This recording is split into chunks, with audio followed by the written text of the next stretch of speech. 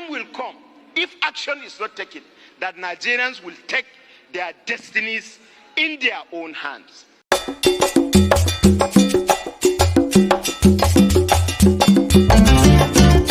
Hello and welcome to the Afriplus News Channel, your reliable source for in-depth reporting and analysis on Africa's most pressing issues.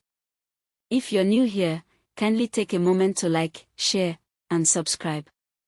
Your engagement helps us grow and reach a wider audience. Watch this video till the end to understand the full context of today's report. Disclaimer: this channel does not support or promote violence in any form. We are committed to informing and educating our viewers, and we ask that you share this video widely to help spread awareness.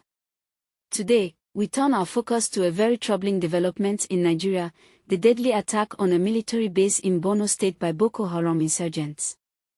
This incident has sparked fear, outrage, and renewed calls for government action. Let's break it all down. On Monday night, around 21 o'clock GMT, Boko Haram insurgents launched a brazen attack on a Nigerian army base in the Wajiroko area of Borno State. Eyewitness reports and local sources confirm that the terrorists stormed the base, overwhelmed the soldiers, killed several personnel, and set military equipment ablaze.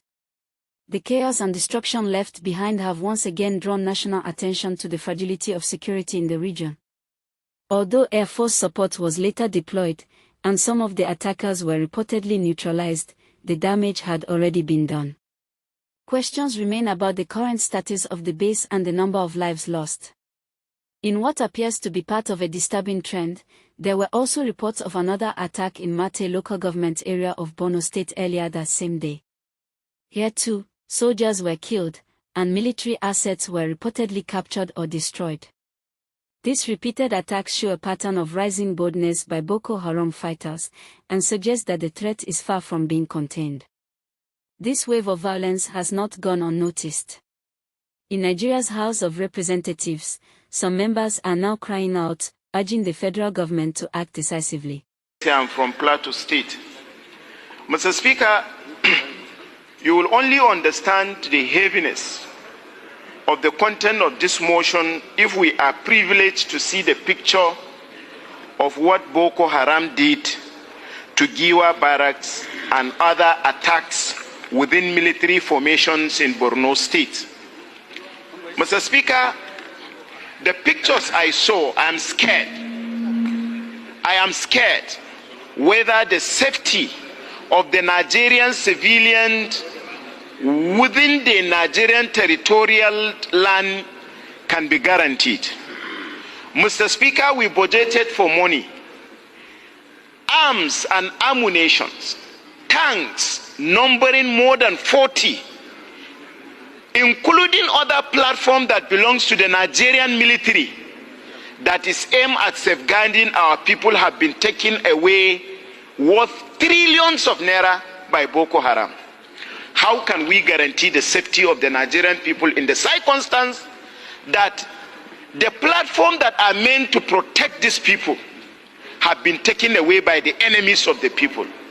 Mr. Speaker, we have been doing our best under your leadership. The National Assembly have been speaking on issues of insecurity. But Mr. Speaker, actions by departments of government must be taken. Mr. President must hold Nigerian military strategic commandants and other heads of security agencies accountable for negligence of their responsibility. In as much as we appreciate, Mr. Speaker, the security agencies for putting their life at the front line to protect Nigerians, to make sure Nigerians sleep, we must hold somebody accountable that taxpayers' money used to buy guns, used to buy other platform for Nigerian military to fight, will be compromised and be donated like a form of free of charge to the enemies of this country. Mr. Speaker, this is unacceptable. I want to say again and again, Nigerians are being killed on daily basis, from the north to the south, to the west, to the east, and we are here for Nigerians. Mr. Speaker, government must do the needful. The everyday resolution that we pass is not enough. Mr. Speaker, if it means facing agencies of government as a National Assembly to ensure that publicly we bring them to account for their responsibility and to account for their negligence of responsibility, we have to do that. Mr. Speaker, I will send you intelligence of the picture of the arms and ammunition, of the platforms that have been taken away by Boko Haram in Maiduguri. And when the leaders, when the governor is crying, other representatives of government are first to issue statements undermining the supremacy of the chief security officer of the state, who knows what is happening in his state, who is crying, and someone within the comfort of his zone will say that the governor is raising an unnecessary alarm, whereas Nigerians are killing. This is unacceptable. Mr. Speaker, we must stand up and find a way of bringing this issue of insecurity to order. Otherwise, you and I is not safe. No matter how Nigerians respect us, we are moving to a level that Nigerians will fight us the way they fight criminals and the way they fight Boko Haram. Until the right thing is done by us here, until we speak for the Nigerian people, until we draw line, until we tell government what we are supposed to tell government, and until government respond by action, not by media statement or press statement. Do not hope, Mr. Speaker, that any member of the National Assembly is safe to move, not by bandit, not by Boko Haram, by the people that elected you and I. Time will come, if action is not taken, that Nigerians will take their destinies in their own hands. Thank you, Mr. Speaker, for giving me the opportunity. They are calling for a complete overhaul of Nigeria's counterinsurgency strategy and demanding greater support for the troops stationed in the northeast.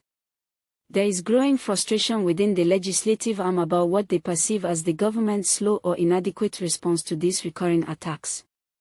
These lawmakers warn that unless urgent action is taken, the insurgents could gain even more ground, endangering lives and destabilizing the region further. Because Boko Haram is using armed drones. Let it be on record. They are using armed drones, weaponized drones, which the Nigerian army is not using. In other words, they are more sophisticated and advanced than the Nigerian army. Lastly, I lost people in Wajiroko. We lost people in Wajiroko as a result of Boko Haram insurgents. This is the few I can give you, just a tip of an iceberg as far as my constituency is concerned. I observe one thing. Boko Haram is fast coming back worse than what we had in the past. Take it or leave it. Boko Haram, ISWAP, or whatever name you call them, they are coming back.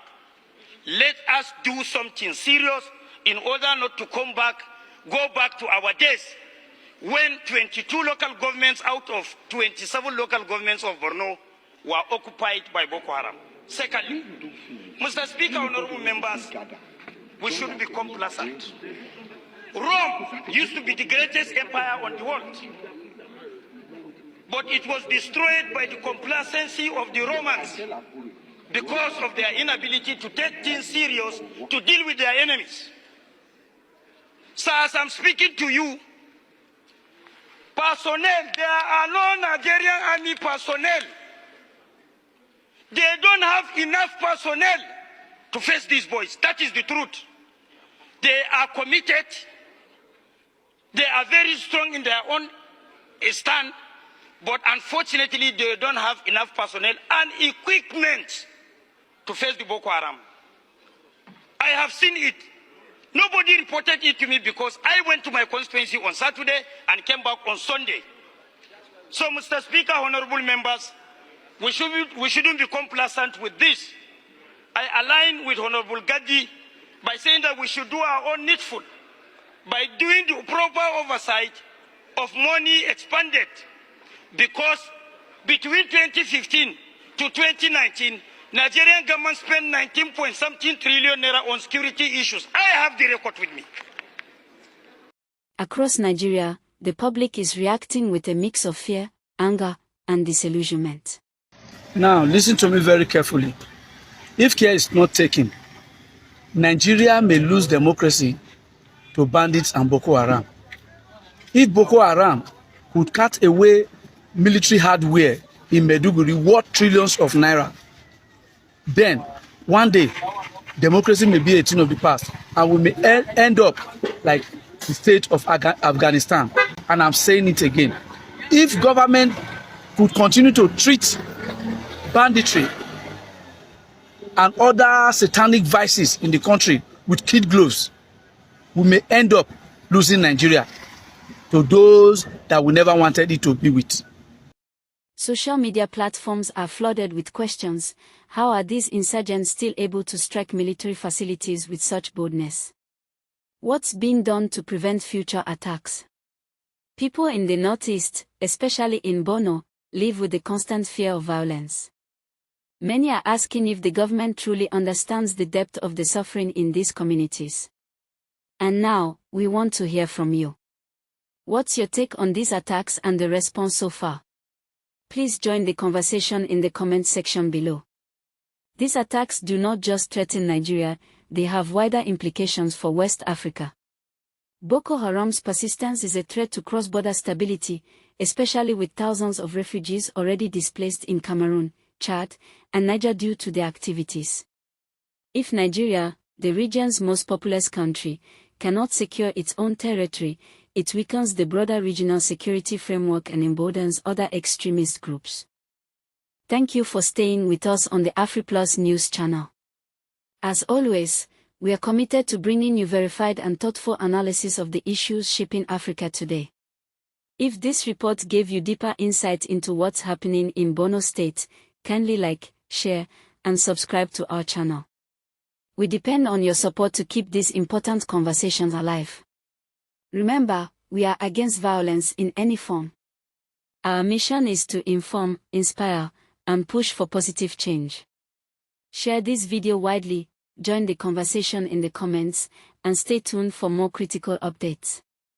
Until next time, stay informed, stay safe.